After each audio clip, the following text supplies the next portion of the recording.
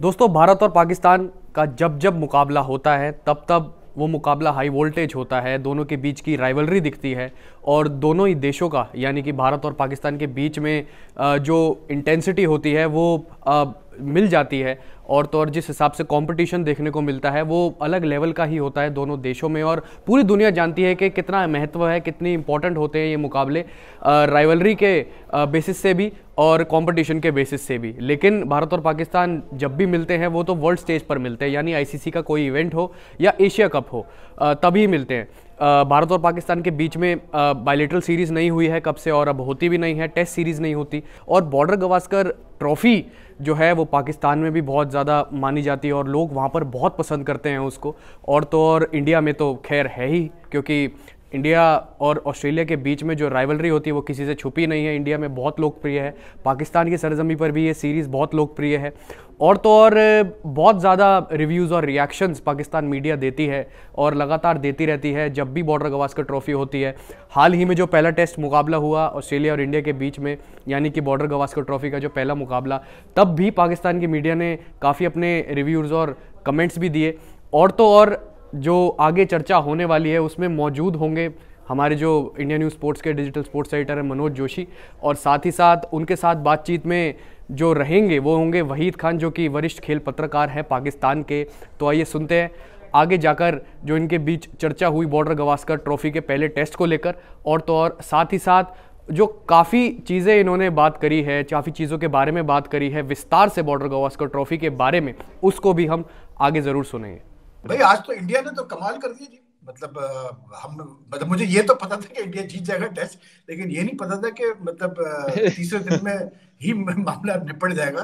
तो कुछ ज्यादा ही मामला जल्दी निपट गया आज, लेकिन बहुत ही जी हाँ, आउटस्टैंडिंग बिल्कुल। एक भाई। सत्र में आपने भी नहीं सोचा होगा, हमने भी नहीं सोचा होगा, इसका अंदाजा भी नहीं लगाया था कि एक सेशन में पूरी ऑस्ट्रेलिया की टीम बिखर जाएगी, सिमट बिल्कुल जाएगी, बिल्कुल उनका सही, पुलिंदा बिल्कुल बन सही। जाएगा। और तो बिल्कुल। और तो और जो अभी थोड़ी देर पहले आपके आने से पहले हमने यही एक उदाहरण दिया कि हमारा नंबर 10 का बल्लेबाज मोहम्मद शमी जी और जी। नंबर 9 का बल्लेबाज हमारा अक्षर पटेल, इन दोनों ने जितनी मैच में सेंचुरी जितनी चौके छक्के लगाए, उतने चौके छक्के तो पूरी टीम भी नहीं लगा पाई ऑस्ट्रेलिया की। अब आप इससे मैं आप तो अंदाजा लगा सकते हैं मैच के एक बिल्कुल तरफा मैं होने का। ये देख रहा था मनोज भाई के जो टोटल रन्स किए ना तीनों ने, मतलब अक्षर ने और अश्विन ने और जडेजा ने, वो एग्जैक्टली 177 है, जो कि ऑस्ट्रेलिया का टोटल था पहले इनिंग्स का। ये तो तो मैंने हमारा कहा भी ध्यान यार नहीं गया ये सच भी में। ये कमाल हो गया। लेकिन ये कि बिल्कुल। देखिए बात ये है कि पिछले 2 साल से जब से राहुल ने टेक ओवर किया, ड्रेविड ने, तो काफी एक्सपेरिमेंटेशन चल रही थी टीम में, वाइट बॉल में खास करके। तो काफी लोगों ने तनकीद का निशाना भी बनाया कि यार ये क्या है, प्लेयर्स आ रहे हैं जा रहे हैं आ रहे जा रहे हैं। लेकिन आई थिंक जो ड्रेविड का जो मकसद था वो अब पूरा हो गया कि उसने अपनी पूल तैयार कर ली है प्लेयर्स की, और हर फॉर्मेट की उसने अपनी पूल तैयार कर ली है। और मैं तो सिर्फ ये कहता हूँ कि यार अगर सरफराज खान जैसा बैट्समैन और पृथ्वी शॉ जैसे बैट्समैन को अगर मौका नहीं मिल रहा है इस वक्त खेलने का, या इस वक्त अगर आप देखें तो दीपक चाहर जैसा बॉलर या बुमराह जैसे बॉलर बाहर बैठे हुए इंजरी की वजह से, तो फिर ये ड्रेविड ने तो बहुत ही तगड़ी अपनी एक कैसे बोलते हैं पूल तैयार कर लिया है टैलेंट का। और देखिए बात वही है कि इस वक्त ऑस्ट्रेलिया के लिए जो एम्बेरसमेंट है ना वो ये है कि या तो ये होता है कि भाई इंडिया जाके ऑस्ट्रेलिया हार के आती, तो ऑस्ट्रेलिया कहता है देखिए जी हमने तो ऑस्ट्रेलिया में खेल नहीं सकते, अपने घर पे स्पिनिंग पिचेस पे मारा रहे हैं। मसला ये है कि ऑस्ट्रेलिया में 2 दफा इंडिया क्योंकि जीता है, तो अब ऑस्ट्रेलिया उनके लिए बहुत एम्बेरसिंग है कि यार ऑस्ट्रेलिया में हार गए इस टीम से, और अब इनके घर पे आए तो ये और बुरा हाल हो रहा है। तो Australia I think mentally, I don't know वो रिकवर कर पाएंगे नहीं कर पाएंगे, है बहुत अच्छी टीम, लेकिन मेंटली तौर पे इस जिस तरह ये हारे हैं 10 विकेट गिरी सेशन में, मुझे लगता है मतलब भाई बड़ा मुश्किल है इनके लिए रिकवरी करना। बिल्कुल खान साहब, मैं तो ये कहूंगा कि जो बेसिक्स है ना, जो आपको स्पिनर्स के सामने स्पिनर्स को कैसे खेलना है। अब आप इतने ओवर कॉन्फिडेंट थे, अब आप लेकर तो आप भी 4 स्पिनर्स लेकर आए। अब ठीक है, हम शुभमन गिल को नहीं खिलाते और एक अच्छी फॉर्म में होने के बावजूद, जिसने अभी 6 महीने के अंदर ही तीनों फॉर्मेट में सेंचुरी बनाई है, बांग्लादेश में टेस्ट में भी उन्होंने सेंचुरी बनाई है। लेकिन हमें लगा, द्रविड़ को लगा कि भाई उनके जो पारखी दृष्टि है कि भाई जो सूर्य कुमार यादव है वो स्पिनर्स को सबसे अच्छा खेलते हैं। ठीक है, नहीं खेल पाए, वो एक एक एक्सेप्शन हो सकता है, एक पार्ट हो सकता है। लेकिन आप दूसरे एंगल से अगर आप देखें, ऑस्ट्रेलिया के एंगल से, उन्होंने टीम के कंपोजिशन में ब्लंडर किए। अब आप बिल्कुल बताइए कि आपने जो है एस्टन एगर को ना खिलाना, मुझे तो समझ में नहीं आता। अब डेविड वार्नर का इंडिया में जो परफॉर्मेंस है स्पिनर्स के सामने 22 रन का है उनका एवरेज है सारा, 22 दशमलव कुछ का, 22 कुछ का, यानी 23 का भी उनका एवरेज नहीं है। और आपने इवन ट्रेविस हेड को ना खिला के गलती की। हाँ जी, इवन ट्रेविस हेड को ना खिलाकर भी एक गलती की है। ट्रेविस हेड जो कि एशेज सीरीज के, मैं उन्हीं पर आ रहा था, ट्रेविस हेड जो है एशेज सीरीज के player of the tournament, player of the series थे, जिन्होंने बहुत शानदार प्रदर्शन किया। मेरे ख्याल दुनिया में आज वो अकेले ऐसे बल्लेबाज होंगे टेस्ट क्रिकेट के जो बिल्कुल वनडे वाले अंदाज में टेस्ट क्रिकेट खेलते हैं, रने बॉल वाला अंदाज है उनका। उनको ना खिलाना, फिर 4 बॉलर के साथ उतरना, देखिए ये उस वक्त दौर अलग था। 2000 से लेकर 2008 तक का जो दौर था ना ऑस्ट्रेलिया का, वो पीक टाइम था। तब आपका 4 बॉलर्स वाली जो थ्योरी है वो कामयाब हो रही थी। आज के टाइम में आपके पास, आप ये स्वीकार करना पड़ेगा ऑस्ट्रेलिया को कि आपके पास जो है जोस हेजलवुड नहीं थे, आपके पास मिचेल स्टार्क नहीं थे, उसके बाद भी आप 4 बॉलर के साथ उतर रहे हैं। उसमें भी एक डेब्यूटेंट है। चलो डेब्यूटेंट का तो आप ये कहकर बचाव कर सकते हो जी, जो भी डेब्यूटेंट आता है वो स्पिनर वो भारत में चलता है। चाहे वो क्रेजा हो, 2008 में उन्होंने 8 विकेट लिए पहली पारी में, दूसरी पारी में इसी नागपुर में 4 विकेट लिए। फिर स्टीव ओकीफ आए, उन्होंने भी पूना में जो 2017-18 की जो सीरीज थी वहां पर उन्होंने दोनों पारियों में 6-6 विकेट लिए। और यहां पर अब मर्फी ने भी आकर जो है 5 विकेट चटकाए हैं पहले ही मैच में, पहली पारी में। तो स्पिनर्स उनके चलते हैं यहाँ पर इंडिया में, लेकिन उनका हश्र क्या होता है? स्टीव ओकीफ मुश्किल से 8-9 टेस्ट मैच खेलकर रह गए। मसला एक जो सबसे इंपॉर्टेंट चीज है वो ये है कि अभी अगर आप रिसेंटली इंडिया का रिकॉर्ड उठा के देखें बैटिंग का, तो मुझे नहीं समझ में आता है कि यार इतने सारे आप पैनलिस्ट आपके साथ घूम रहे होते हैं टीम में, सॉफ्टवेयर है, कंप्यूटर है, और ये एक एक चीज नोट की जा रही होती है। इनको ये चीज समझ में नहीं आई कि इंडिया की अगर आप बैटिंग देखें तो लास्ट 2-3 इयर्स में इंडिया अगर स्पिनर्स पे फंसा है तो वो ऑफ स्पिनर्स पे बहुत कम फंसे हैं। वो फंसे लेफ्ट आर्म स्पिनर फंसे या फिर वो ज्यादा लेग स्पिनर्स पे, रिस्ट लेग स्पिनर्स पे फंसे हैं। इन्होंने दोनों ही ऑफ स्पिनर खिला दिए। और फिर उस पे जो आई थिंक उनके लिए सबसे बड़ा सेटबैक हुआ है वो ये हुआ है कि नेथन लायन जैसा बंदा जो 460 विकेट जिसकी हो, 115 टेस्ट खेला हो आदमी, और वो मतलब 1 विकेट ले पाया सिर्फ। और यानी कि 50 ओवर में अगर आपका प्रीमियर स्पिनर 1 विकेट ले रहा है, वो भी स्पिनिंग पिच पे जहां बॉल ग्रिप कर रही है, तो फिर तो भाई पर आपका हाल बुरा ही होना है। तो मुझे ये फीलिंग आई कि जिस तरह से इन्होंने बिल्डअप किया ना इस नागपुर टेस्ट का, जिस तरह से इनकी मीडिया ने और खास करके फॉक्स स्पोर्ट्स ने जिस तरह से पेश किया चीजों को, कि पता नहीं ऐसा था कि जैसे नागपुर की विकेट में पता नहीं क्या है कि पहले दिन से बॉल जो है वो स्क्वायर टर्न करके चली जाएगी। वो आई थिंक वो एक सीज मेंटालिटी इन्होंने अपनी बना ली और वो उसी में जो है मतलब मारे गए। कोई इनकी अगर आज मैं बैटिंग देख रहा था, कोई मेथड नहीं था उनकी बैटिंग में। मतलब आपको ये बिल्कुल खान साहब, इन्होंने शायद खान साहब मुझे लगता है खान साहब कि इन्होंने ना ये मान लिया कि स्पिन को खेलने का तरीका यही है कि आप स्वीप शॉट खेलो, रिवर्स स्वीप खेलो। अब एलेक्स कैरी जिन्होंने पिछले दिनों, मुझे याद है साउथ अफ्रीका के खिलाफ सेंचुरी बनाई, तो जिस तरह से वो खेल रहे थे, हर बॉल पे sweep shot, reverse sweep shot, दोनों पारियों में रिवर्स स्वीप खेलते हुए आउट हुए। अब आप उनके खेलने की शैली देखो। मैं तो आपका पाकिस्तान का उदाहरण दूंगा एक सबसे पहले, फिर हिंदुस्तान का भी उदाहरण दूंगा। आपके यहाँ एक प्लेयर हुआ करते थे सलीम मलिक, याद होगा आपको? स्पिनर्स को कितना बढ़िया खेलते थे वो। मोहम्मद अजहरुद्दीन फिर स्पिनर्स को कितना बढ़िया खेलते थे हिंदुस्तान। मलिक के बारे में अब आप ये देखो, मलिक के बारे में तो मशहूर था कि उस जमाने में शेन वॉर्न जब अपने पीक पे थे तो वो कहते थे मलिक सबसे बेस्ट खेलता है शेन वॉर्न को। मतलब बिल्कुल ठीक कहा, बिल्कुल ठीक कहा। और हमारे यहाँ सचिन तेंदुलकर और नवजोत सिंह सिद्धू ने जो रेल बनाई थी उनकी शेन वॉर्न की, वो किसी को भूली भी नहीं होगी, जो क्रिकेट को बड़ी बारीकी।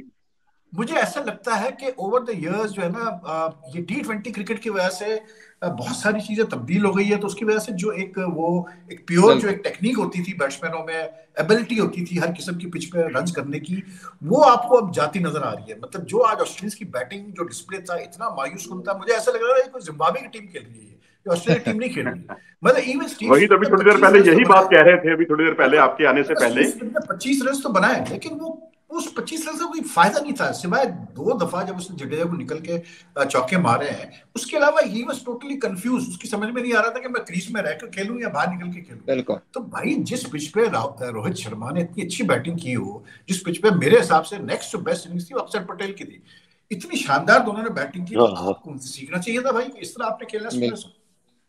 अब आप ये देखिए कि अक्षर पटेल ने पहले जडेजा को देखा, कट शॉट्स कैसे खेलने हैं, लेट कट कैसे खेलने हैं, स्क्वायर कट कैसे खेलने हैं, उन्होंने बहुत ऐसा लग ही नहीं रहा था कि वो नंबर 9 के बल्लेबाज हैं। अरे इसी तरह से बहुत रोहित शर्मा ने जो बल्लेबाजी की है ना, नाथन लाइन को खेलने का बेस्ट तरीका जो है वो हमने देखा इस पिच के ऊपर। जैसे ये पिच का मिजाज था, आप अगर बहुत ज्यादा अगर फ्रंट फुट पे खेलते हैं या बैक फुट पे खेलते हैं, दोनों स्थितियों में फंसने का आपके पास गुंजाइश थी। उन्होंने क्या बिल्कुल। किया, आपने देखा होगा, दो तीन कई मौकों पर हमने देखा वो डिफेंस भी किया, तो 2-3 कदम आगे बढ़ाकर उन्होंने डिफेंस किया। जी बिल्कुल बिल्कुल बिल्कुल ये बात तो बिल्कुल ऑस्ट्रेलिया भी देख सकता था ना। ऑस्ट्रेलिया के तो बिल्कुल अपने हाथ नहीं पकड़े हुए थे कि आपको ऐसे नहीं करना, आपको फ्रंट फुट पे जाना है या बैक फुट पे जाना है, कब बॉडी वेट को आगे लाना है, कब बॉडी वेट को पीछे लाना है। ये ट्रांसफॉर्मेशन जो है इंडियन टीम का बहुत ही अच्छा रहा।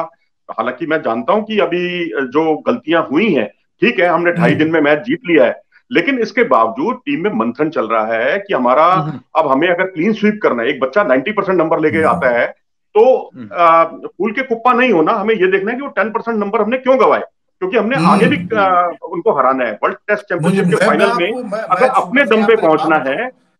मैं आपको छोटा सा किस्सा बताऊं, आपने बहुत अच्छी बात की कि यहाँ पर पीआई का मैच हो रहा था डोमेस्टिक का। तो एक सलाउद्दीन करके एक प्लेयर हुआ करते थे, तो हनीम मोहम्मद कप्तान थे पीआई के, और वो उनकी तबीयत शायद खराब थी, तो वो हॉस्पिटल में एडमिट थे, तो खेल नहीं पा रहे थे वो मतलब मैच। तो सलाउद्दीन सल्लू ने आई थिंक 110 किए या 11 किए और वो आउट हो गया। तो शाम को जब टीम गई हनी मोहम्मद से मिलने के लिए, तो हनी मोहम्मद ने पूछा, हाँ भाई क्या तुमने किया? तो वो सल्लू भाई कहते हैं कि यार मैं बड़ा खुश था कि मैंने 100 किए हुए, तो हनी भाई मुझे तारीफ करेंगे और कुछ इनाम देंगे। तो उन्होंने कहा जी मैं 110 पे आउट हो गया। तो कहते हैं हनी भाई ने कहा, अबे तुम मतलब किस किस्म के प्लेयर हो, तुमने 200 क्यों नहीं किए? जब तुमने 110 कर लिए तो 200 तुमने क्यों नहीं किए? तो वही आप वाली बात कि 90% सक्सेस है, लेकिन वो 10% क्यों नहीं है सक्सेस? तो यही बिल्कुल, जो है ना 10% टीम के को लिए एलिवेट करता है। मुझे लगता है भाई साहब की, जिस तरीके से चेतेश्वर पुजारा आउट हुए, बहुत ही, जिसे कहते हैं, आज हम तो उनकी तुलना मोहम्मद यूसुफ से करते हैं, हम उनकी तुलना लैबुशेन से करते हैं। बिल्कुल बिल्कुल वाकई बिल्कुल, बहुत अच्छा बहुत प्लेयर। टिकाऊ प्लेयर रहे हैं। अब ये प्लेयर जो है, अगर आते ही स्वीप शॉट खेलकर आक्रामक खेलने लगे, अटैकिंग खेलने के मूड में हो और अपना विकेट फेंक कर आए, और यही काम विराट कोहली कर दें, तो आप फिर उसके बाद सूर्य कुमार यादव जो स्पिनर्स के लिए बहुत, स्पिनर्स के सामने एक अच्छे प्लेयर माने जाते हैं, इसी वजह से आज देखिए उनको टीम में जगह मिली है, और वो भी एक मुझे इनफॉर्म मुझे प्लेयर की ऐसा जगह लगता पर है मनोज उनको भाई, जगह आपकी मिली मैं है। एक, बात इंटर कर रहा हूँ, जी, लेकिन मुझे ऐसा लगता है मनोज भाई कि द वेरी फैक्ट के इनको पता है कि 9 पे अक्षर पटेल जैसा प्लेयर आ रहा है, और कैसे बोलते हैं 8 पे जो है, और 7 पे जो है अश्विन और जडेजा आ रहे हैं, जडेजा। जिनकी यानी कि 8 टेस्ट सेंचुरी हैं दोनों की मिला के। आई थिंक वो चीज जो है ना, वो एक इनको कॉन्फिडेंस दिया गया है कि भाई आप खुल के खेलो, कोई टेंशन नहीं है, नीचे है हमारे पास ऐसे प्लेयर्स की, अगर कोई बुराई आती भी है तो हम संभाल लेंगे। आई थिंक वो चीज की वजह से सूर्या भी, कोहली भी, पुजारा भी, इन्होंने थोड़ा सा खुल के खेलने की कोशिश की। वरना पुजारा तो हम जानते हैं कि पुजारा तो वो आदमी है भाई जो मतलब सुला देता है बिल्कुल बॉलिंग साइड को, खेल खेल के वो बेचारे सो जाते हैं बॉलर्स पिच के ऊपर ही कि कब आउट हो गई है। तो आई थिंक ये बड़ा एक एडवांटेज है कि आप इतना 9 नंबर पे यार आपका बंदा आके 83 कर रहा है, तो फिर यार फिर रह क्या नहीं, गया? लेकिन मैं मैं कहता हूँ खान साहब, पुजारा के बारे में मैं आपको बता दूं, अभी काउंटी टीम में वो आपके रिजवान और बिल्कुल पुजारा एक ही बिल्कुल। टीम में खेलते हैं। जी जी, पीछे समरसेट में थे इन्होंने दोनों। मिलकर 150 प्लस की एक पार्टनरशिप भी की थी, बिल्कुल और बिल्कुल रिजवान ने बड़ी तारीफ भी की थी उनकी नेचर की, कि बहुत उन्होंने बेसिक चीजों पे बात की मुझसे और बड़ा अच्छा लगा। अब जो है ना, वहां उन्होंने कई वनडे क्रिकेट में कई सेंचुरियां बनाई हैं, तो उसके हाँ बाद बिल्कुल से ना वो बिल्कुल। आक्रामक खेलने लगे हैं, अटैकिंग खेलने लगे हैं। और एक बल्कि बार उनको बीच में याद है अगर कि आप इंग्लैंड उनके में, हाँ जी, इनकी कुछ इनिंग्स जो है ना पुजारा की रीसेंट, उसमें आप देखें तो काफी तेज खेला है वो, काफी मतलब एक तेज दो खेले, इनिंग्स में बिल्कुल काफी बिल्कुल। तेज खेला है वो। हाँ हाँ देखिए, हाँ हाँ, क्रिकेट बदल रहा है, इस बात को मानना बिल्कुल होगा। बदल। एक बार मुझे लेबुशेन की पारी याद आती है, उन्होंने भी करीब 107 या 108 बॉल पे सेंचुरी अपनी मुकम्मल की थी, जो कि सोच भी नहीं कोई सकता कि लेबुशेन इतना तेज खेल सकते हैं। तो आज क्रिकेट बदल रहा है, तो ऑस्ट्रेलिया को भी अपने आप को माइंडसेट को बदलने की जरूरत है। आप इतने ओवर कॉन्फिडेंट मत होइए। आप, उस वक्त का दौर अलग था जब आप 4 बॉलर से मैच जीतते थे। आज 4 बॉलर्स में आपके पास टॉप 2 बॉलर आपके पास मौजूद नहीं है, एक अच्छा पार्ट टाइमर, एक अच्छा बॉलर ग्रीन मौजूद नहीं है, और उसके बाद जो है लेबुशेन पर आप ये सोचते हैं कि 5वां बॉलर वो रहेगा, फिर स्मिथ कर सकते हैं हमारी बॉलिंग, नहीं नहीं, तो उससे उन्होंने आप ना देखे मेरी विकेट तो ये टेकिंग समझ में नहीं ऑप्शन आया नहीं कि आप मुहैया करा उसको सकते। खिलाया, बैनक्रॉफ्ट को खिलाया इन्होंने।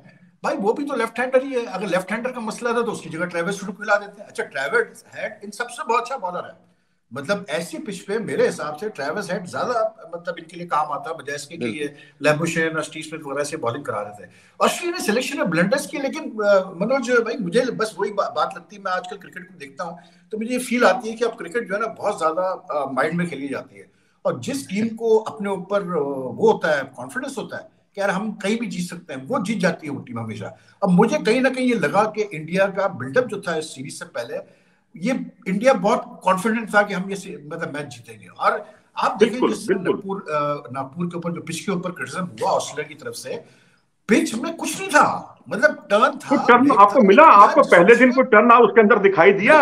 जितनी आम आपकी कराची और कराची लाहौर के जो विकेट हैं उनसे क्या अलग थी आपकी विकेट पहले दिन का अगर आप खेल देखें तो कोई उसमें टर्निंग ट्रैक था ही नहीं वो। और उसके अलावा आप देखिए ना कि स्पिनर्स को कैसे खेलना है, आपको अपनी बेसिक चीजों पे ध्यान देना होगा। जरूरी नहीं है कि आप बॉल की लाइन में आकर खेले स्पिनर्स के सामने। सलीम मलिक तो लाइन से अलग हटकर खेला करते थे, उसमें उनका एलबीडब्ल्यू होने के चांस ही नहीं रहते थे, बहुत मुश्किल होता था। तो ये कुछ चीजें बेसिक चीजें। मैं जब आज मैच देख रहा था तो मुझे इतना अफसोस हो रहा था, मैंने कहा यार कि हम लास्ट ईयर जब ऑस्ट्रेलिया इधर आई थी, मैंने कहा था हम थोड़ी सी अगर हिम्मत शो करते और पिचेस ऐसी बनाते कि ब्रेक मिलता और स्पिनर्स पे हम थोड़ा अपना ट्रस्ट करते तो हम हरा सकते थे ऑस्ट्रेलिया को। हमने पता नहीं क्या सोच के ऐसी फ्लैट विकेट बनाई कि वो बेचारे हमारे बॉलर्स को मौका भी नहीं मिला। आप अपने बॉलर्स को मौका तो देंगे ना यार कि उनको कुछ तो दो पिच में, तो फिर वो करेंगे ना। जब आप बॉलर्स को कुछ दे ही नहीं रहे तो फिर आप एक्सपेक्ट ये कर रहे हैं कि आपके बॉलर्स एक डेड विकेट पे जो है विकेट लें। आप ये भूल रहे हैं कि दूसरी तरफ जो बॉलर्स हैं सामने वो एक्सपीरियंस बॉलर्स हैं, वो ज्यादा बेहतर फायदा उठाएंगे डेड विकेट का बजाय इसके कि आपके बॉलर्स उठा सकते हैं एक्सपीरियंस वाइज। तो मुझे तो आज बड़ा अफसोस हो रहा था कि पाकिस्तान किस तरह ऑस्ट्रेलिया से मतलब 1-0 हार गया।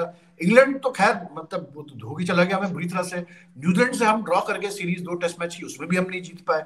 तो 3 बड़ी टीमें जब आपके घर पे आ रही है, इतना बड़ा एडवांटेज था पाकिस्तान को कि अगर ये 3 में से 2 सीरीज भी जीत जाते तो इनका भी आज चांस होता है वर्ल्ड टेस्ट चैंपियनशिप फाइनल खेलने का।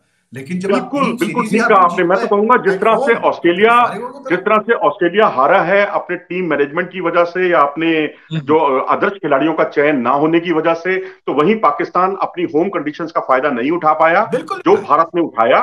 ऑस्ट्रेलिया अपने होम कंडीशंस का फायदा हमेशा उठाने की कोशिश करता है।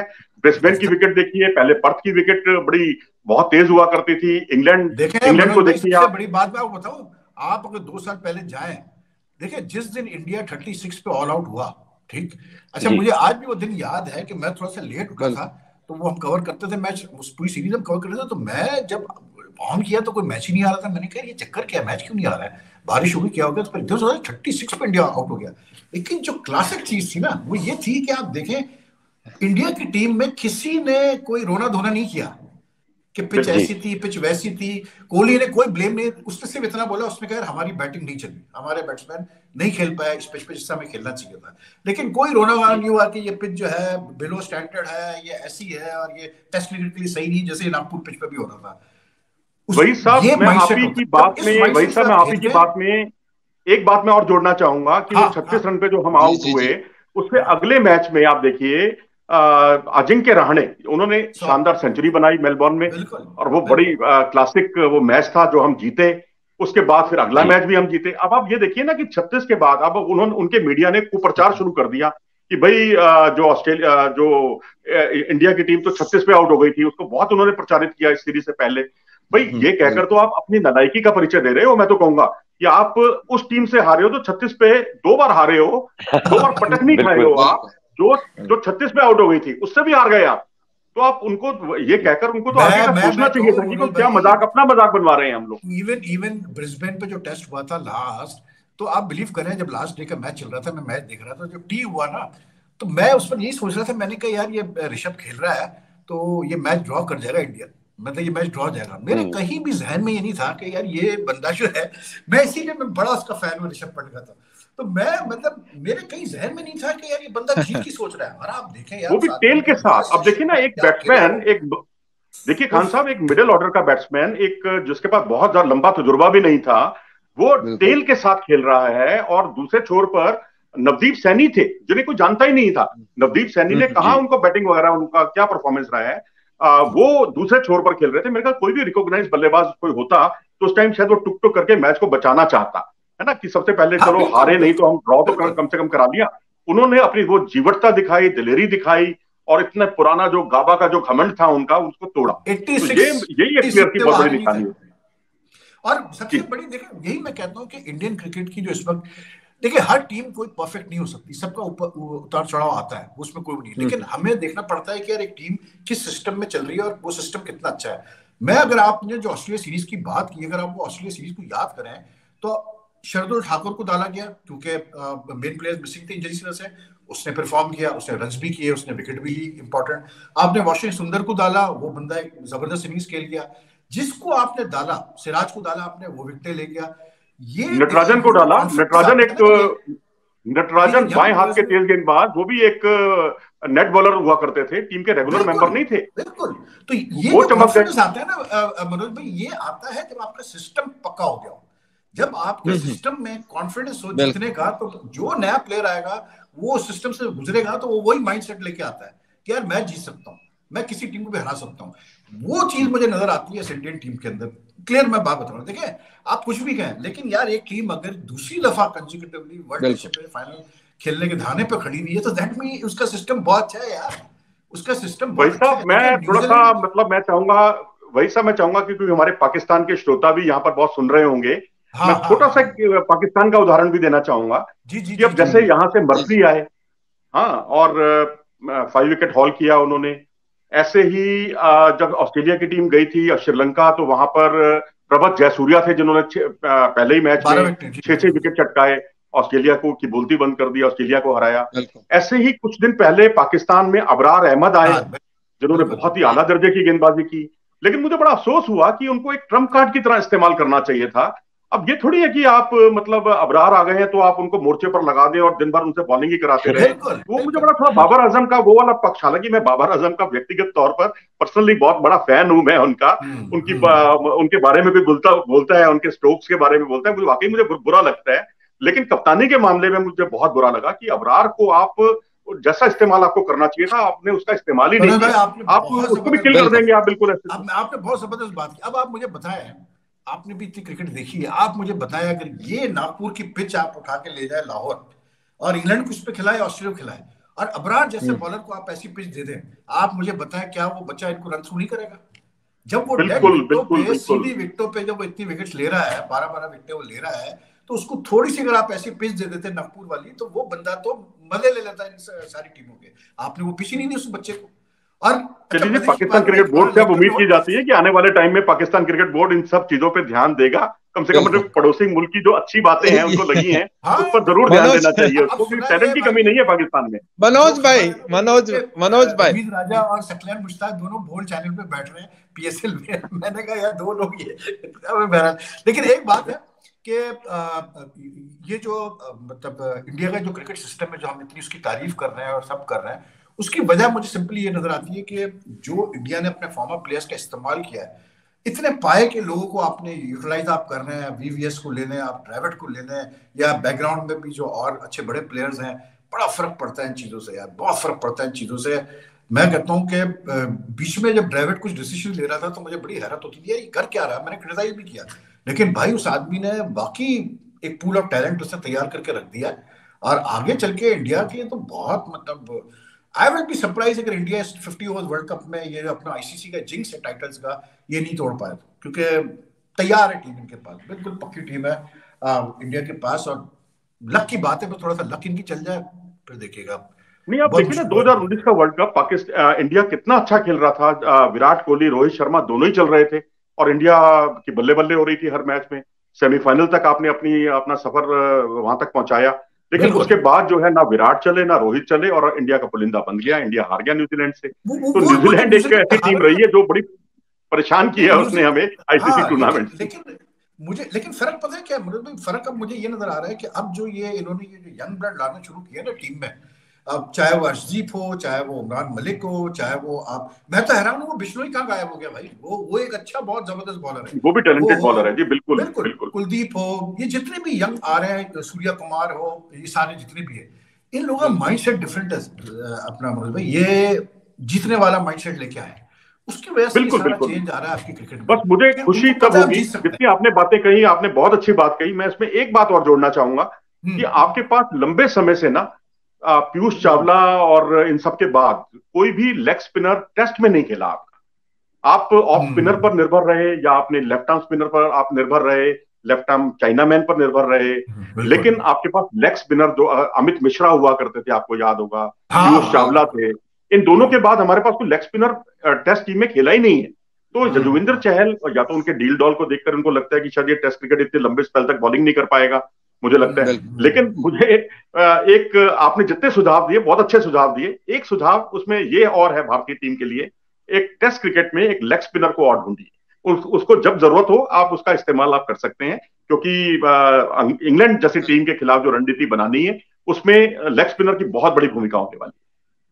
बिल्कुल सही कह रहे हैं आप। और मसला ये है कि जो लेग स्पिनर्स का, मुझे तो नहीं पता, आपको बेहतर पता होगा मनोज भाई, लेकिन मुझे ऐसी फील आती है कि जो डोमेस्टिक क्रिकेट है आपकी, आई वोंट गो फॉर ये व्हाइट बॉल स्पेशलिस्ट की तरफ मैं नहीं जाऊंगा। मैं जाऊंगा डोमेस्टिक में, देखूंगा कि फर्स्ट क्लास में कौन सा आपका बॉलर ऐसा है, लेग स्पिनर है जो कि अच्छा कर रहा हो।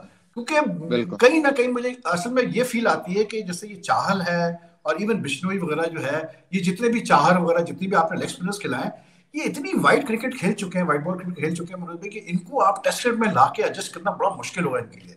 क्योंकि कहाँ 4 ओवर, कहाँ 10 ओवर, कहाँ टेस्ट की बॉलिंग। आप देखें, हमने हारिस रऊफ को खिलाया इन द मतलब फर्स्ट टेस्ट अगेंस्ट न्यूजीलैंड, वो बेचारा 13 ओवर करके इंजर्ड हो गया, उसके बाद वो बॉलिंग ही नहीं कर पाया क्योंकि उसको आदत ही नहीं है ना। उसकी वजह मुझे ये लगती है कि हैरिस राउफ ने ना डोमेस्टिक क्रिकेट या कायदे-आज़म ट्रॉफी उतनी खेली नहीं नहीं खेली ना, तो ये बड़ी फर्क है। लेकिन हमारी इंडियन टीम में कोई भी प्लेयर, चाहे वो व्हाइट बॉल क्रिकेट हो, T20 क्रिकेट हो, ऐसा कोई भी प्लेयर नहीं है जो सिर्फ आईपीएल के दम पर वहां चुना जाए और डोमेस्टिक क्रिकेट खेला ही ना हो। अब देखो, अब जैसे सूर्य कुमार यादव है, अब सूर्य कुमार यादव, एक सेकंड में अपनी बात पूरी करता हूँ। सूर्य कुमार यादव जो है, बेशक उन्होंने व्हाइट बॉल क्रिकेट में खूब, T20 का वो बेस्ट प्लेयर है दुनिया का, और वनडे की रैंकिंग में भी वो नंबर 1 है, और आईसीसी के प्लेयर ऑफ द उसमें भी वो नॉमिनेट हुए। कुल मिलाकर मैं ये कहूंगा कि सूर्य कुमार यादव का जो सिलेक्शन हुआ वो रणजी ट्रॉफी के परफॉर्मेंस के बेस पे हुआ, या इंडिया ए की तरफ से जो उन्होंने रेड बॉल क्रिकेट में अच्छा परफॉर्मेंस किया उसकी वजह से वो टीम में आए, इंडियन टीम में। तो इंडिया में कोई भी ऐसा प्लेयर नहीं होता, जैसे हैरिस राउफ को मौका मिल गया, या कुछ ऐसे प्लेयर जो भाई हैरिस राउफ का जो नाम मैंने बिग बैश लीग से पहले सुना ही नहीं था, मैंने उनका नाम नहीं सुना था उनसे पहले। लेकिन हमने भी ये गलती की थी 2008-2009 में, जब नया नया आईपीएल शुरू हुआ, मनप्रीत गोनी को आईपीएल के परफॉर्मेंस के बेस पे चुन लिया। क्या हश्र हुआ? वही हश्र हुआ कि वो आगे चल नहीं पाए। लेकिन उसके बाद से हमारा माइंडसेट बदला और हमने डोमेस्टिक क्रिकेट को तवज्जो दिया। मैं मानता हूं कि हमारे पास डोमेस्टिक क्रिकेट में उतनी तेज गेंदबाजी करने वाले बॉलर नहीं है जितने कि पाकिस्तान के पास है कायदे-आज़म ट्रॉफी में, इसमें कोई दो राय नहीं। टैलेंट की पाकिस्तान में कोई कमी नहीं है, बस टैलेंट को मौका सही वक्त पर देने की जरूरत है। नहीं, थोड़ा सा मैं डिस्कस करूंगा मनोज भाई। यहाँ पर देखें, मसला ये है कि आप फर्स्ट क्लास क्रिकेट में और T20 क्रिकेट को जब आप मिलाने की कोशिश करते हैं ना, तो बहुत फर्क आ जाता है। हमारे पास T20 में तो बॉलर्स हैं जो कि 145, 150 क्लिक पे बॉलिंग कर सकते हैं, लेकिन डोमेस्टिक में इस वक्त जो हमारा प्रॉब्लम है वो यही है कि हमें टेस्ट क्रिकेट में ऐसे बॉलर नहीं है हमारे पास जो कि मतलब टेस्ट क्रिकेट में इसी मां से एक शाहीन शाह अफरीदी को आप अलग करते हैं, वो शायद है, और नसीम अब इंप्रूव कर रहा है, नसीम शाह काफी इंप्रूव हुआ है।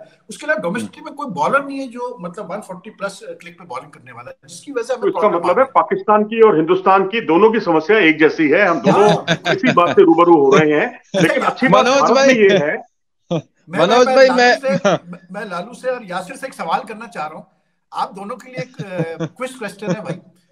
अबरार की इन्होंने जो बात की, आप लोगों को पता है कि अबरार में और उसमें टॉड मर्फी में क्या चीज कॉमन है? जी यासिर, ये वहीद भाई आप हमें कंफ्यूज मत करें, ये आप ही बताएं। नहीं, आप बताएं ना, आप लोग क्या चीज कॉमन है दोनों में? एक चीज कॉमन है, दोनों ने डेब्यू पर बेहतरीन बॉलिंग परफॉर्मेंस दी है।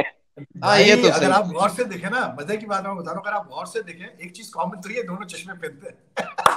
दूसरी चीज कॉमन ये है कि अगर आप दोनों गौर से देखें, दोनों में बड़ी सिमिलैरिटी है। दोनों के चेहरे आपको लगेगा जैसे ये एक भाई खेल रहे हैं साथ में।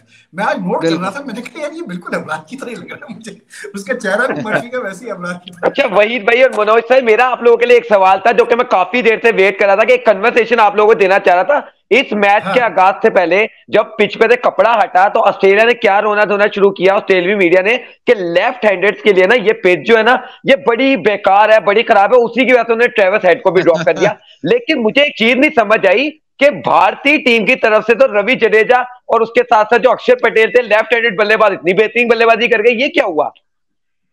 देखिए, लोअर ऑर्डर के बल्लेबाज थे और उन्होंने कमाल का प्रदर्शन किया और वो फुटवर्क में उलझते रह गए। और हम लोगों ने जो परफॉर्मेंस किया बाएं हाथ के बल्लेबाजों का, और मनोज भाई, हर टाइम पे आप मुश्किलात में रहे, आपको आपकी लॉ एंड ऑर्डर ने मुश्किलात से निकाला है आपको।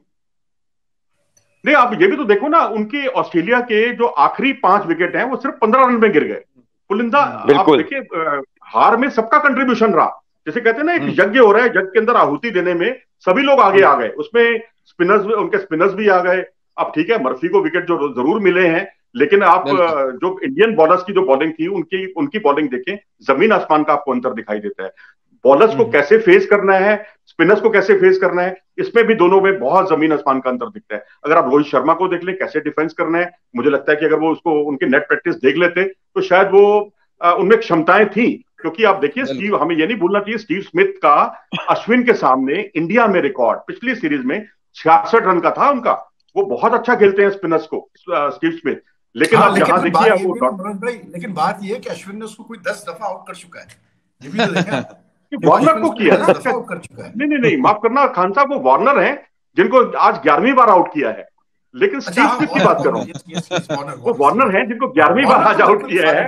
लेकिन स्टीव स्मिथ वाकई बहुत अच्छा खेलते हैं। और अब तो लेबुशेन को भी मैंने पहली पारी में जो खेलते हुए देखा, और जो उन्होंने शॉट्स मिड ऑफ पर बिल्कुल वीक सिचुएशन के हिसाब से वी पोजीशन पर जो शॉट्स लगाए हैं उन्होंने मिड ऑन पर, वाकई काबिले तारीफ थे। इंप्रूव है उनका, इंप्रूव पर्सन लगा मुझे। यासिर ने जो बात कही ना, वो देखें, जब कोई टीम इस किस्म की चीजें सोचने लग जाए कि लेफ्ट हैंडर क्यों खिलाएंगे तो ऐसा होगा, राइट हैंड खिलाएंगे, मेरा तो सिंपल फॉर्मूला हमेशा रहता है, बड़े क्रिकेटर हमेशा ये कहता है कि यार आपने हमेशा जो इनफॉर्म प्लेयर्स हैं ना उनको खिलाना है जो बेस्ट पॉसिबल है आपके पास प्लेयर्स। आपने ये नहीं देखना कि वो ऑफ स्पिनर है तो वो, बल्कि अभी मैं किसका पता नहीं बयान पढ़ रहा था, उसने भी इयन चैपल का बयान है, उसने ये कहा, उसने कहा यार ये क्या, ये नई चीज आ गई है ऑस्ट्रेलियन क्रिकेट में। उसने कहा जो अच्छा बॉलर होगा, वर्ल्ड क्लास बॉलर होगा, चाहे वो लेफ्ट आर्मर हो, ऑफ स्पिनर हो, वो राइट को बॉलिंग कर रहे हैं या लेफ्ट हैंड बैट्समैन को बॉलिंग करे, वो अच्छी करेगा। और जो लेफ्ट हैंड बैट्समैन है या राइट हो, अगर वो वर्ल्ड क्लास प्लेयर है तो वो रन्स करेगा यार, हर कंडीशन में करेगा।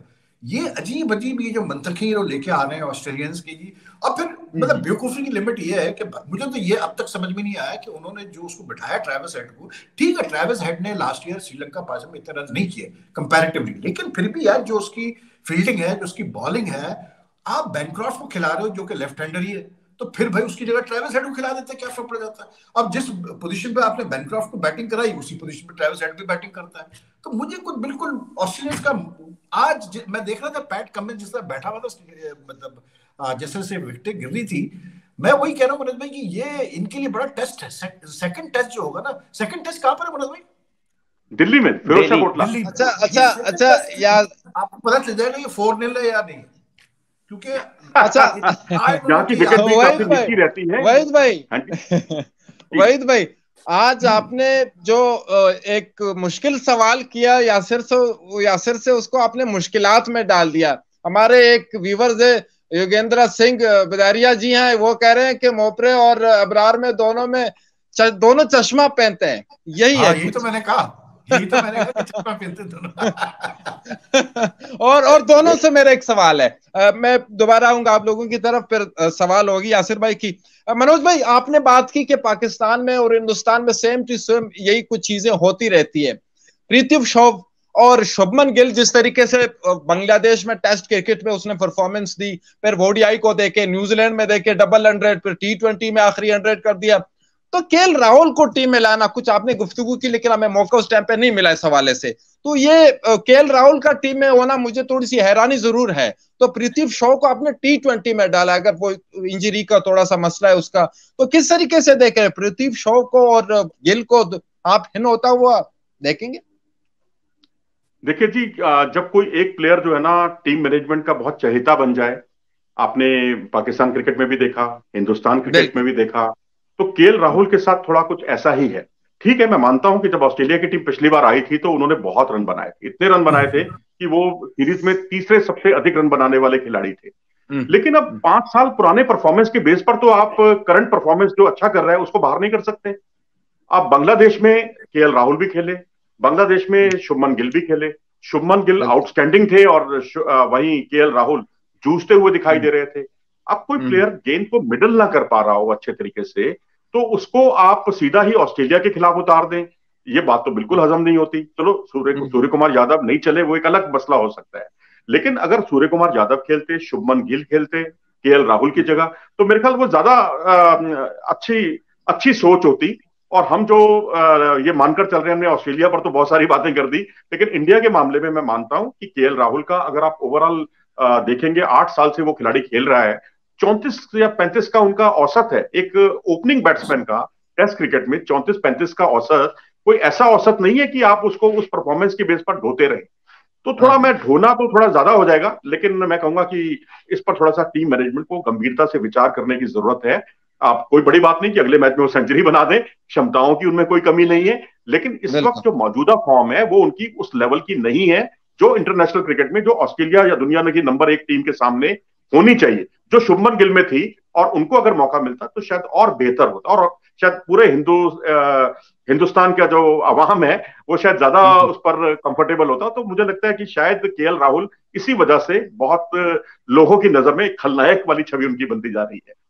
बिल्कुल। वही भाई आप इस पे कमेंट किए, फिर यासिर भाई का कोई सवाल। मैं तो सिंपल सी बात करूंगा। मुझे ऐसा लगा जैसे जो है रोहित शर्मा ने जो है केएल राहुल को शादी का तोहफा दिया है, उसको खिला उसने कहा भी शादी में इसको खिला दो यार, एक टेस्ट तो खिलाओ इसको, देखते क्या करता है ये। नहीं देखिए, केएल का असल में मैं अग्री करता हूँ मनोज भाई से कि है इश्यूज, लेकिन ये पाकिस्तान इंडियन क्रिकेट में, श्रीलंकन क्रिकेट में, बांग्लादेश क्रिकेट में, हमारे खित्ते में ये चीज बड़ी कॉमन है कि जो कप्तान होता है, जो कोच होते हैं, उनकी कुछ लाइक डिसलाइक्स होती हैं और वो कुछ प्लेयर्स पे ज्यादा ट्रस्ट करते हैं। एक ग्रुप आपका बना हुआ होता है 4-5 प्लेयर्स का, जो कि आपके मेन होते हैं, वो चलाते हैं पूरी टीम को। बुमराह हो गया, केएल हो गया, रोहित हो गया, विराट हो गया, ये सब, Ashwin I don't know part है कि नहीं इसका, लेकिन ये है मेन लोग। तो इस वजह से केएल को ये ज्यादा प्रेफर करते हैं क्योंकि उसको कॉन्फिडेंस है रोहित को केएल के ऊपर। अब फिर हम ये नहीं भूलना चाहिए, केएल ने अभी जैसे इंग्लैंड में भी 100 किए थे, फिर उसके साउथ अफ्रीका में भी 100 किए थे, और बात अपनी जगह ठीक है कि 35 का एवरेज उसका इतना ज्यादा नहीं है जितना होना चाहिए, लेकिन मैं इसको हमेशा ऐसे देखता हूँ कि यार शुभमन के पास भी बहुत टाइम पड़ा हुआ है क्रिकेट खेलने के लिए, मतलब वो फीचर है आपका ना, मतलब वो क्लियर है कि इसने खेलना है, इंडिया के लिए लंबा खेलेगा। तो आई थिंक ठीक है यार, मतलब अगर रोहित को कॉन्फिडेंस है उसके ऊपर, केएल के ऊपर, इतना तो हमें कप्तान को लीवे देनी पड़ेगी। लेकिन सूनर और लेटर देखिए, सीधी बात है, अब केएल कोई विराट तो है नहीं कि अगर वो रन नहीं करेगा तो खामोशी होगी, ऐसा नहीं होगा। मेरे हिसाब से सेकंड टेस्ट में अगर वो रन नहीं कर पाया तो फिर इनको ड्रॉप ही करना पड़ेगा उसको थर्ड टेस्ट ऑनवर्ड से, और फिर शुभमन को खिलाना पड़ेगा, वरना फिर बहुत जो है क्रिटिसिज्म का सामना करना पड़ेगा, जो ऑलरेडी क्रिटिसिज्म हुआ है, इस टेस्ट में भी क्रिटिसिज्म हुआ है, उसने भी किया हुआ है। और यंगस्टर जो है ना, खासकर जो युवा खिलाड़ी होते हैं, वो चाहता है कि जब वो अच्छा परफॉर्मेंस करे, युवा खिलाड़ी ये चाहता है कि जब वो अच्छा परफॉर्मेंस करे तो उसकी पीठ भी तभी थपथपाई जाए, उसको डिमोरलाइज ना किया जाए। अब देखिए, एक शुभमन गिल का केस हो गया, एक हमारे यहाँ कुलदीप यादव का केस हो गया, वो भी बेचारे सुबह उठ के आईने में शक्ल देखते होंगे, यार मेरी शक्ल में ऐसी क्या खराबी है कि मैं अच्छा परफॉर्मेंस करता हूँ, मैन ऑफ द मैच बनता हूँ, मैं बाहर हो जाता हूँ टीम से। जबकि मुझे याद है 2019 का वर्ल्ड कप याद कीजिए, जो बाबर आजम को जो उन्होंने आउट किया था, वो ड्रीम बॉल थी जिस पर कुलदीप यादव ने उनको आउट किया। कुलदीप तो बहुत एक प्लेयर एक अच्छा परफॉर्मेंस करने के बाद बाहर होना एक हतोत्साहित करने वाली बात है किसी भी युवा खिलाड़ी की। नहीं, कुलदीप तो मैं हमेशा कहता हूँ कि मेरे हिसाब से तो यार वो बंदा बड़ा आपका ट्रम्प कार्ड बॉलर है, लेकिन अब वही वाली बात है ना मनोज भाई कि जब आपके पास बहुत ज्यादा चीजें आ जाती है ना, इतनी आपके पास ऑप्शन मौजूद होते हैं, तो फिर उसमें गा बगा होता ही है कि कुछ लोगों से तो ज्यादती होती है। अब अगर हम पाकिस्तान की पोजीशन देखते हैं, इंडिया की पोजीशन देखते हैं, श्रीलंका की पोजीशन देखते हैं, बांग्लादेश की पोजीशन से हम देखते हैं, टैलेंट वाइज इंडिया को जितने इस वक्त मतलब ड्रैविड के पास या रोहित के पास या हार्दिक के पास इस वक्त जितना ऑप्शन मौजूद है, वो शायद ऑप्शन ना तो बाबर के पास है, ना वो ऑप्शन शकीबुल हसन के पास है, ना वो ऑप्शन उसके पास है, वो जो उनका कप्तान है कोरोना रखते हैं टेस्ट में, और दूसरा वो शना का जो है, उनके पास इतने ऑप्शन नहीं है।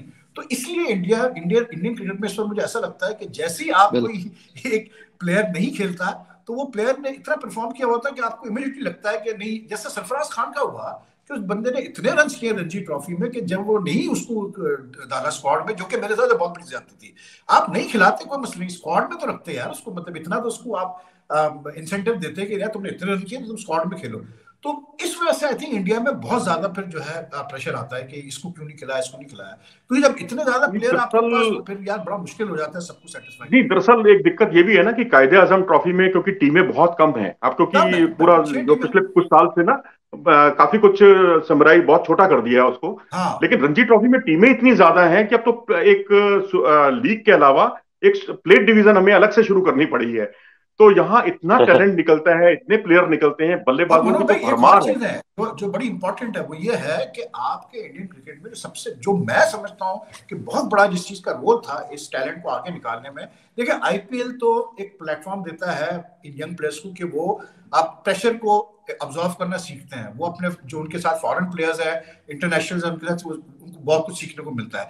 लेकिन उसके साथ साथ जो बीसीसीआई ने ये जो अंडर 19 और 18 के टूर्स रेगुलर कराए इंडिया के, इससे बहुत फर्क पड़ा है, क्योंकि ये जो आपकी सेकंड टीम जितनी भी थी, ये शुभमन गिल वगैरह, ये शॉ वगैरह, ये कहा ये मतलब मेरे ख्याल से ए टीम्स के टूर कर करके इतना इनका नाम आ गया ना सामने। ये सानी वगैरह जितने भी थे, सिराज वगैरह, ये सब ए टीम खेले हुए। पाकिस्तान में पिछले 2-3 साल से बल्कि उससे ज्यादा ए टीम टूर्स पर बिल्कुल भी कोई ध्यान नहीं दे रहा। तो इसलिए हमारे यही दोनों टीमों के बीच का बड़ा अंतर है, क्योंकि आज केवल रणजी ट्रॉफी के बेस पर आप टीम में सिलेक्ट नहीं हो सकते। उसके बाद आपका इंडिया ए की टीम में सिलेक्शन होगा, फिर आप बाहर कैसा परफॉर्म करेंगे। अब केएस भरत ने बांग्लादेश ए के खिलाफ बहुत अच्छी पारी खेली, 77 या 78 की कुछ पारी खेली थी पिछले दिनों।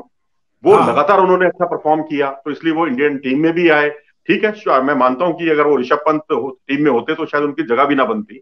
हाँ, लेकिन कहने का मतलब यह है कि आपके पास टैलेंट इतना ज्यादा है और इंडिया ए का बहुत बड़ा योगदान है, और उसमें राहुल द्रविड़ का बहुत बड़ा योगदान है। ये बहुत जल्दी वो किसी प्लेयर को खारिज नहीं करते। वो अगर आज केएल राहुल नहीं चल रहे हैं तो वो उस पर भरोसा रखेंगे। वो हो सकता है पूरी सीरीज में खिला दें, उनको चारों मैच ही खिला दें, कोई आश्चर्य नहीं होगा मुझे। ये भी चीज है ना मनोज भाई कि आप टेस्ट मैच जीत गए तो आप क्यों विनिंग कॉम्बिनेशन चेंज करेंगे? मतलब आपको जब एक टीम जीती हुई है तो आप फिर जो बंदा उसमें ये फायदा हो जाता है कि जो आदमी जिसने नहीं भी परफॉर्म किया तो उसको भी एडवांटेज मिल जाता है कि उसको चांस मिल जाता है दूसरे मैच का। आई थिंक मिलना चाहिए केएल को।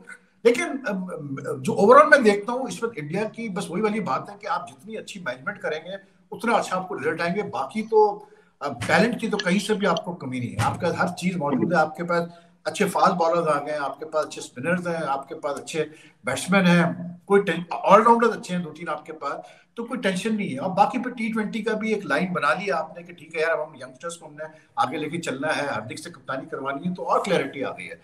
तो ऑस्ट्रेलिया के लिए बहुत मुश्किल है रिकवर करना सीरीज में। क्रिकेट है, बहरहाल कुछ भी हो सकता है, लेकिन मुझे नहीं लगता, मैं अगर आप मुझसे ईमानदारी से पूछे, मुझे जो लगता है कि अब इस वक्त करंट सिनेरियो पे इंडिया में अगर आप सीरीज करा रहे हैं तो मुझे एक ही टीम नजर आती है करंट जो कि इंडिया का कुछ मुकाबला कर पाएगी, वो इंग्लैंड है। बाकी तो कोई टीम मुझे नहीं लगता है मतलब इंडिया जाके कुछ कर इंग्लैंड ने अभी हराया भी है। अब आपको याद होगा इंग्लैंड ने जो पीछे जो सीरीज हुई थी जिसमें भारत बढ़त बनाए हुए था उस सीरीज में, और उसका 5वां आखिरी टेस्ट कोविड की वजह से नहीं हो पाया, वो बाद में हुआ, उसमें इंग्लैंड ने हमें हराया है, तो इसलिए वो सीरीज बराबरी पे खत्म हुई है। बिल्कुल नहीं, इंग्लैंड का जो उन्होंने एटीट्यूड अपना अडॉप्ट किया है ना जब से ये मतलब स्टोक्स और वहां है, वो कमाल है यार। मैं तो कहता हूँ कि उन्होंने जो पाकिस्तान के साथ वो करके गए, मैंने कान पकड़ लिया जब पहले दिन में बैठा, जब 500 रन उन्होंने किए ना पहले दिन। अबे मैंने कहा भाई ये तो काम उतर गया, एक दिन में 500 रन, एक दिन में 500 असंभव को संभव कर दिया जी, इम्पॉसिबल को पॉसिबल बना दिया उन्होंने। बिल्कुल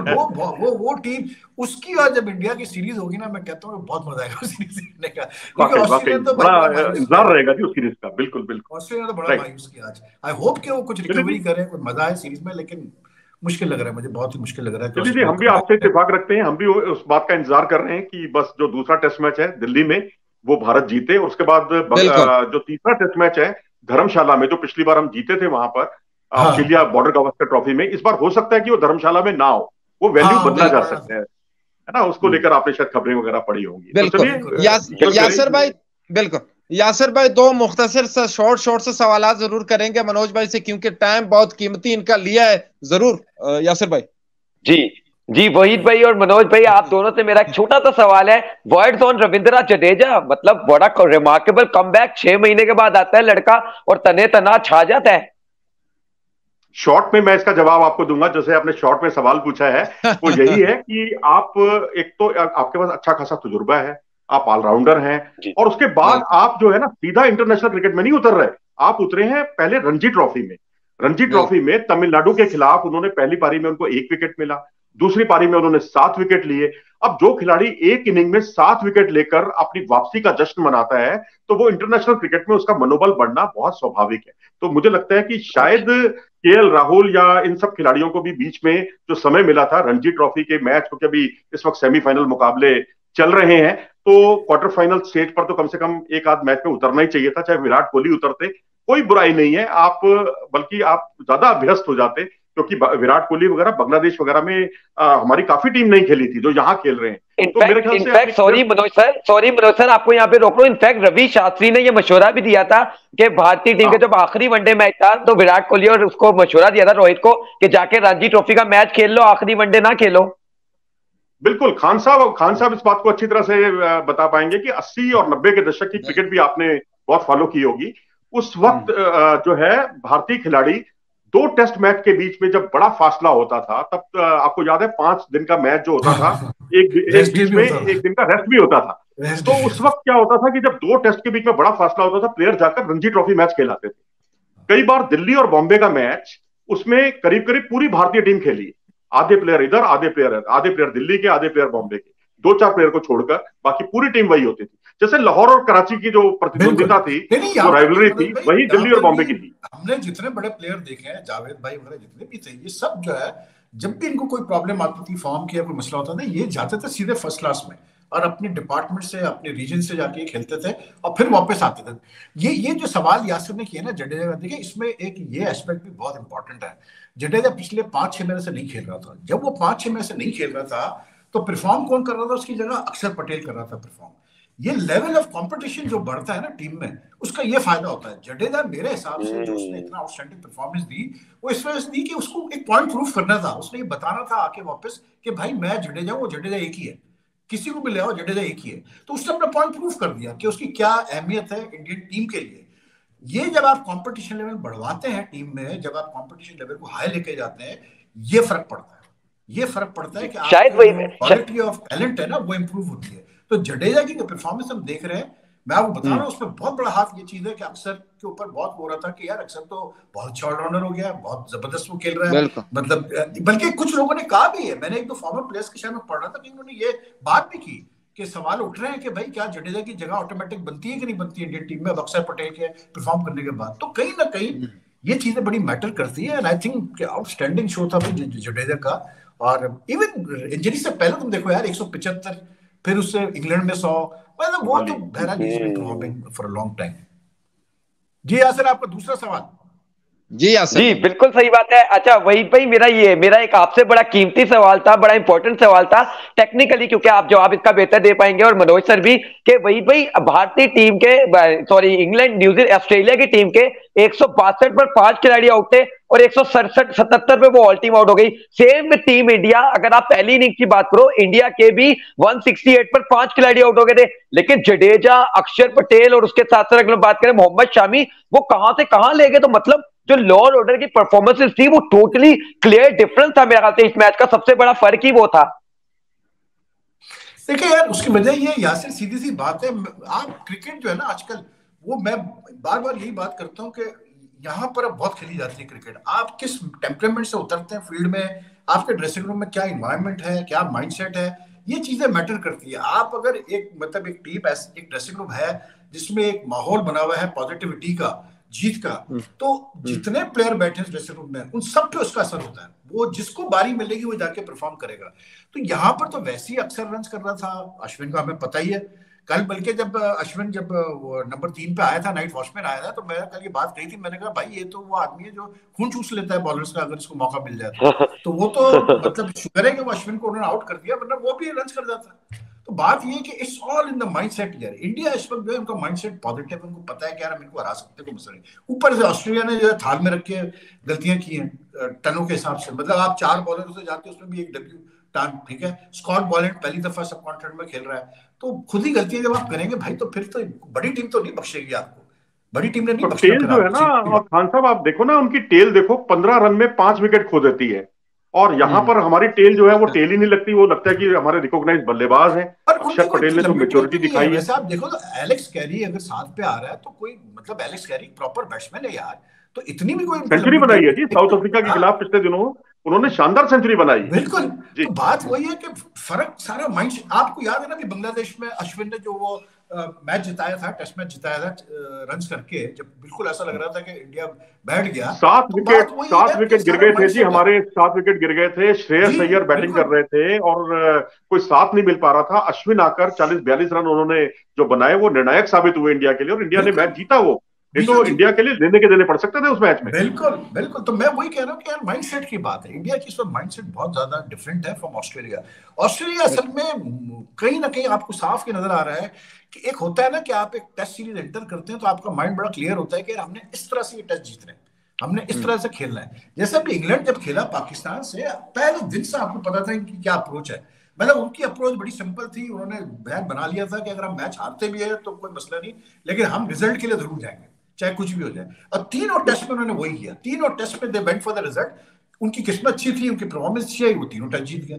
तो ऑस्ट्रेलिया का मुझे इस टेस्ट में कहीं भी नजर नहीं आया कि उनकी कोई प्लानिंग है, किसी बैट्समैन को उन्होंने वर्कआउट किया हुआ है। मतलब 2 लेफ्ट हैंडर खेल रहे हैं, आप 2 ऑफ स्पिनर्स खिला रहे हो यार, ऑफ स्पिनर्स खेल रहे हैं टर्निंग पिच पे, और 2 लेफ्ट हैंडर जो है वो 100 की पार्टनरशिप कर जाए तो भाई फिर कहीं ना कहीं तो आप गड़बड़ कर रहे हो ना। फिर मैं तो कहूंगा हैंडस्कॉम्ब और वो जो रेनशॉ है उनकी जगह पर अगर आप या एस्टन नेगर को खिला लेते तो ऐसा नहीं कि आपका एक बैट्समैन कम हो जाता। एस्टन नेगर वही एस्टन नेगर है जिन्होंने इंडिया के खिलाफ पहले ही मैच में 90 प्लस रन बनाए थे इन्होंने।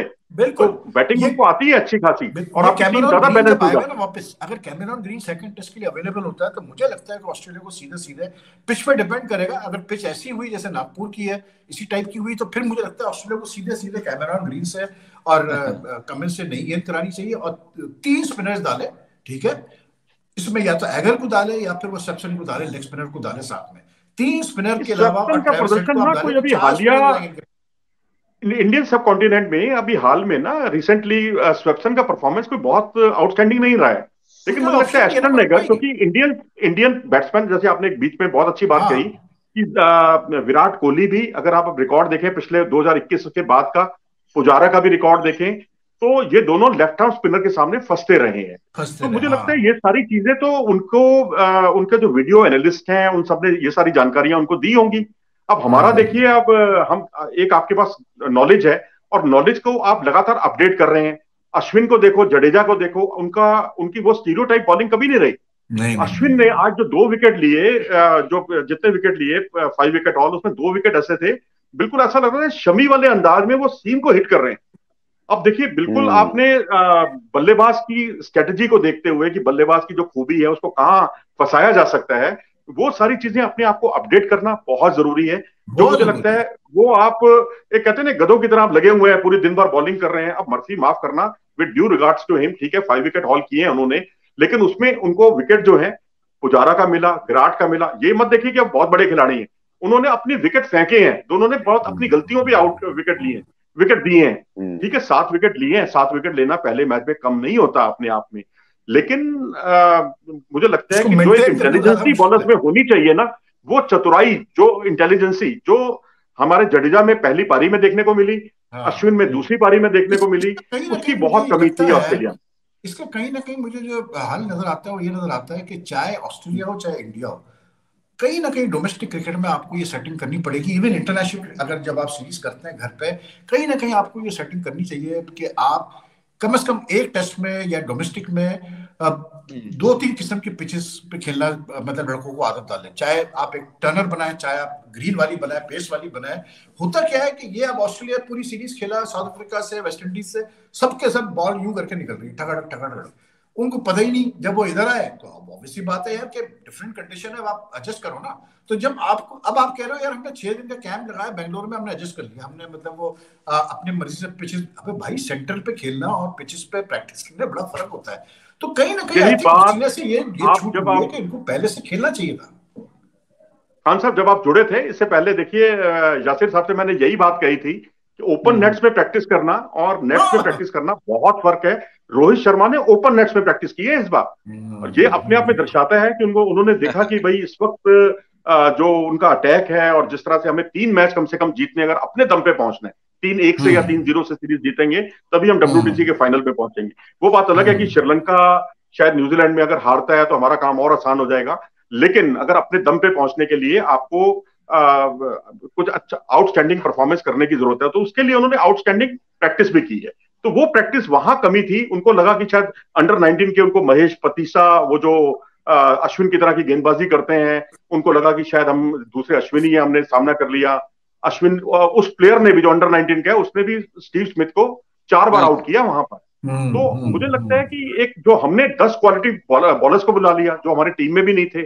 हमने सौरभ कुमार, आने वाला जो टाइम में जो भारतीय टीम में खेलने वाला प्लेयर है, उसको बुलाया हमने वाशिंगटन सुंदर को बुलाया और तमाम ऐसे बॉलर्स को बुलाया जो टीम में भी हिस्सा भी नहीं थे। रिकॉर्ड उठा के देखे ना, ऑस्ट्रेलिया का रिकॉर्ड इस चीज पे बड़ा मतलब डिपेंड करता है कि उनके ओपनर्स कितना अच्छा स्टार्ट देते हैं। या तो एक ओपनर जरूर रन करेगा या दोनों करते हैं रन।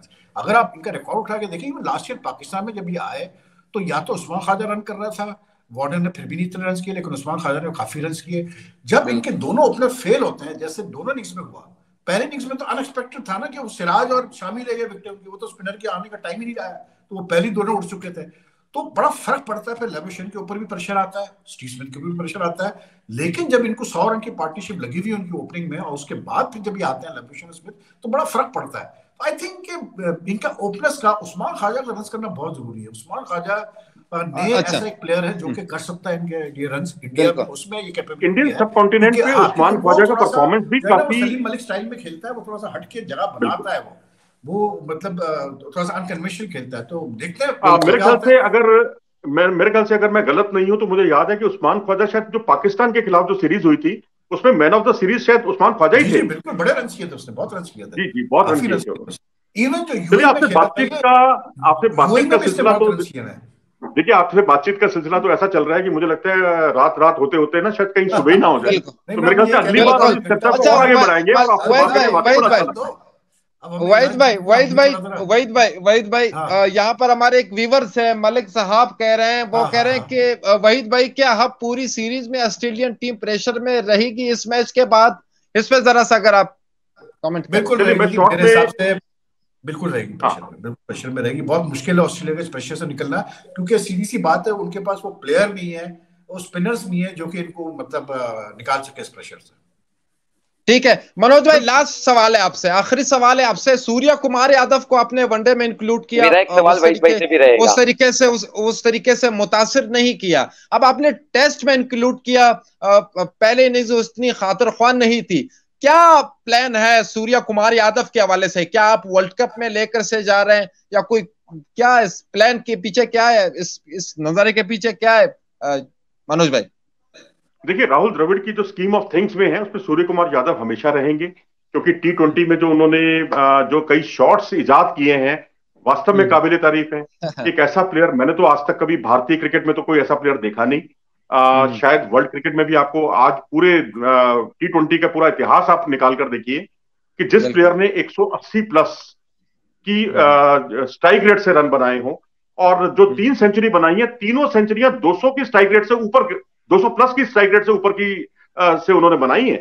तो ऐसा अद्भुत प्लेयर अगर आपके पास मिला है, अगर वो अपना 50% परफॉर्मेंस भी अगर करके दिखा देता है वनडे क्रिकेट में, तो ये मील का पत्थर होगा। अगर मैं, क्योंकि वैसे भी राहुल द्रविड़ इतनी जल्दी किसी प्लेयर को खारिज नहीं करते हैं जो टैलेंटेड प्लेयर हो, और वो वैसे भी वनडे क्रिकेट में उन्होंने यहाँ जो Mushtaq Ali trophy T20 cricket की होती है, Vijay Hazare trophy one day cricket की होती है, डोमेस्टिक क्रिकेट, यहां भी उन्होंने खूब रन बनाए हैं। तो मुझे लगता है कि ये एक दौर था जिसमें शायद वो वनडे में उतना रन बना नहीं पाए, T20 जैसी उनको कामयाबी नहीं मिली है। लेकिन ऐसा नहीं है कि टेस्ट क्रिकेट को आप और बड़ा मान के कि भाई टेस्ट क्रिकेट में भी तो वो चल ही नहीं पाएंगे। वो आए ही रेड बॉल क्रिकेट के परफॉर्मेंस की वजह से इंडियन टीम में है। और इंडिया ए का, जैसे अभी खान साहब ने जिक्र किया, उन्होंने भी इंडिया ए की तरफ से बहुत रन बनाए हैं, तो इसलिए वो स्कीम ऑफ थिंग्स में हमेशा रहेंगे। मेरा सवाल है लालू, मैं आपसे एक सवाल करता हूँ। जी आप बताएं कि अगर सूर्य कुमार यादव इस वक्त पाकिस्तान टीम में खेल रहा हो और यही परफॉर्मेंस है सूर्य कुमार यादव की, क्या आप सूर्य कुमार यादव को ड्रॉप करेंगे? बिल्कुल नहीं। जो आप एक एक मैच जो T20 की एक मैच में आप परफॉर्म करा 10 साल के लिए हमारे टीम में। हाँ, अब प्लेयर की क्वालिटी दूसरा मैं आपको बताऊं क्यों। नहीं वहीद भाई मैं किस लिहाज से कह रहा मैं किस लिहाज से कह मैं क्यों कह रहा हूं, मैं आपको क्यों कह रहा हूं वहीद भाई, मैंने ये सवाल उठाया क्यों है, इतना सारा टैलेंट है। देखिए अगर मयंक अग्रवाल परफॉर्म करता है, शुभमन गिल करता है, बाकी जो प्लेयर्स बाहर हैं, इतना वो टैलेंट है, एडजस्ट करना बहुत मुश्किल हो जाएगा। सूर्या कुमार यादव को अगर आप लाएंगे फिर तो परेशानी बढ़ेगी आपकी। सुन ले, सूर्या को सिर्फ इस वजह से खिलाया राहुल ने और रोहित ने टेस्ट मैच में, उसकी एक बड़ी सिंपल वजह है। एक तो श्री अय्यर अवेलेबल नहीं था इंजरी की वजह से, दूसरा सूर्या ने, अगर आपको याद होगा अभी जो न्यूजीलैंड से सीरीज हुई है उसमें उसने एक मैच पे वो स्पिनिंग पिच पे 26 रन किए थे, अब मैच जिताया था एंड में इंडिया को, और वो बड़ी स्पिन ट्रैक थी, उसपे बॉल बड़ी तरह स्पिन कर रहा था। मेरे हिसाब से मुझे ऐसा लगता है कि वो उस परफॉर्मेंस की बेसिस पे इनको जहन में आया कि यार ये बंदा ज्यादा बेहतर रहेगा आप मिडिल ऑर्डर में, क्योंकि ये अच्छा खेलता है स्पिन को, और अगर ये रन कर गया तेजी से तो बिल्कुल ये नक्शा बदल देगा मैच का। ये तो एक वजह है खान साहब, ये तो एक वजह है जो आपने बताई, बड़ी अच्छी वजह बताई आपने। दूसरी वजह मुझे लगती है कि श्रेयस अय्यर टीम में नहीं है, दूसरा ऋषभ पंत टीम में नहीं है। तो जब दोनों बल्लेबाज जो स्पिनर्स को भी अच्छा खेलते हैं और दोनों अटैकिंग भी खेलते हैं, तो आपको मिडिल ऑर्डर में एक अटैकिंग बैट्समैन की जरूरत थी। इसलिए आपने एक तो आपकी बात की भाई वो स्पिन को बहुत अच्छा खेलते हैं, और दूसरा वो अटैकिंग खेलते हैं, तो वो एक दूसरा कारण बना उनको टीम में रखने का। बिल्कुल बिल्कुल। अच्छा वहीद भैया, मनोज भाई, इतना लंबा एक शो गुजर गया और पूरे शो में अगर विराट कोहली की बात ना हो तो मेरे ख्याल से नाइंसाफी होगी। 3 साल से टेस्ट रन हमें देखने को भी मिला। पहले वहीद भाई आप बता दें, फिर मनोज भाई आप बताइएगा। वहीद भाई, टेस्ट रन आ रहा है विराट कोहली का नेक्स्ट फिरोजशाह कोटला पर? यार देखें, ये तो अगर मतलब मैं प्रेडिक्ट कर सकता था तो फिर मैं इधर नहीं बैठता, मैं इस पर जाके सारे जो है ना एटमॉस्फेयर पे पैसे लगा चुका होता है और हजारों पाउंड में कमा ले। नहीं, ऐसा नहीं है। देखें, कोहली का भी वही बात है यार कि आप मतलब इस टाइप के प्लेयर्स को क्या आप ड्रॉप करेंगे यार। मतलब आप ठीक है, उससे रन नहीं हुए पिछले 11-12 इनिंग्स में, उसने कोई 50 नहीं किया टेस्ट में, और लेकिन जो जिस क्वालिटी का वो प्लेयर है, मुझे लगता है कि अगला टेस्ट नहीं तो उससे अगले टेस्ट में उसने रन करने ही करने, हर सूरत में करना। तो मुझे लगता है उसका ये जो टेस्ट का जो 100 उसने नहीं किए हुए, ये सीरीज में वो ब्रेक करेगा, बिल्कुल करेगा वो सीरीज में ब्रेक, क्योंकि अब उसने T20 वनडे में तो उसने अपने खाते क्लियर कर दिया। अब सिर्फ एक टेस्ट ही रह गया जिसमें उसने अपने खाते क्लियर करने। यार आप लोग पता है, मैं हमेशा एक बात करता हूँ लालू और यासिर की, जब भी आप एक प्लेयर की बात करते हैं, आप मतलब अगर विराट जैसी प्लेयर की आप बात कर रहे हैं, आप सिर्फ ये इमेजिन किया करें कि यार इस आदमी ने 74 इंटरनेशनल 100 किए हुए।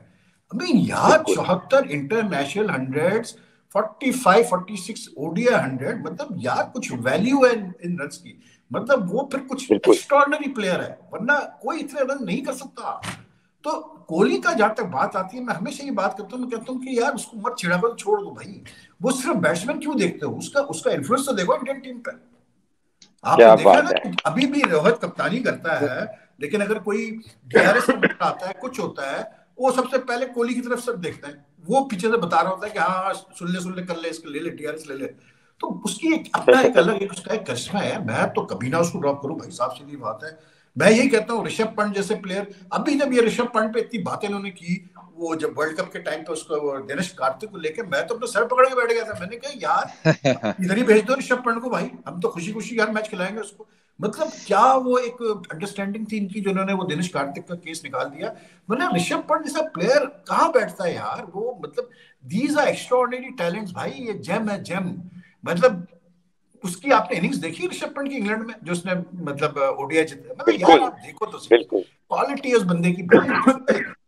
वैसे उसकी क्या पोजीशन क्या है मनोज भाई ऋषभ पंत की, कब तक वापसी होगी उसकी?